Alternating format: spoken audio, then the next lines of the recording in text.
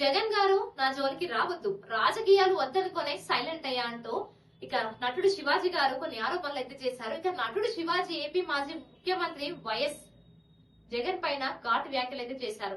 తన సినిమా సాంప్రదాయాన్ని సుప్పిని శుద్ధపూసని అడ్డుకునేందుకు కొంతమంది కుట్ర పన్నారనుకుంటా కూడా ఆరోపించారు. తాను అసలు రాజకీయాల గురించి పట్టించుకోకుండా సినిమాలు చేసుకుంటున్నానని, అయినా సరే తన సినిమా పైన జగన్ పేటీఎం బ్యాచ్ తో తప్పుడు ప్రచారం చేస్తున్నారని కూడా విమర్శించారు. ఇక జగన్ గారు నా జోలికి రావద్దు అంటూ ఒక వీడియోను కూడా విడుదల చేశారు. తన సినిమా రిలీజ్ కాకముందుకే నెగిటివ్ రివ్యూలు రాయించారని కూడా శివాజీ అయితే మండిపడ్డారు. తన సినిమాను ఆపగలరేమో కానీ తనను మాత్రం ఆపలేరని కూడా ఆయన అయితే అన్నారు. జగన్ అధికారంలో ఉన్న సమయంలోనే తనను ఏమి చేయలేకపోయారని, ఇప్పుడు తనను అడ్డుకోవడం ఎవరి తరం కాదని కూడా అన్నారు. సిబిఐ కేసులన్నీ కూడా నేతల్ని రాజకీయాల నుంచి తప్పించాలని ప్రధాని నరేంద్ర మోదీని కోరుతున్నారని కూడా శివాజీ గారు అయితే పేర్కొన్నారు.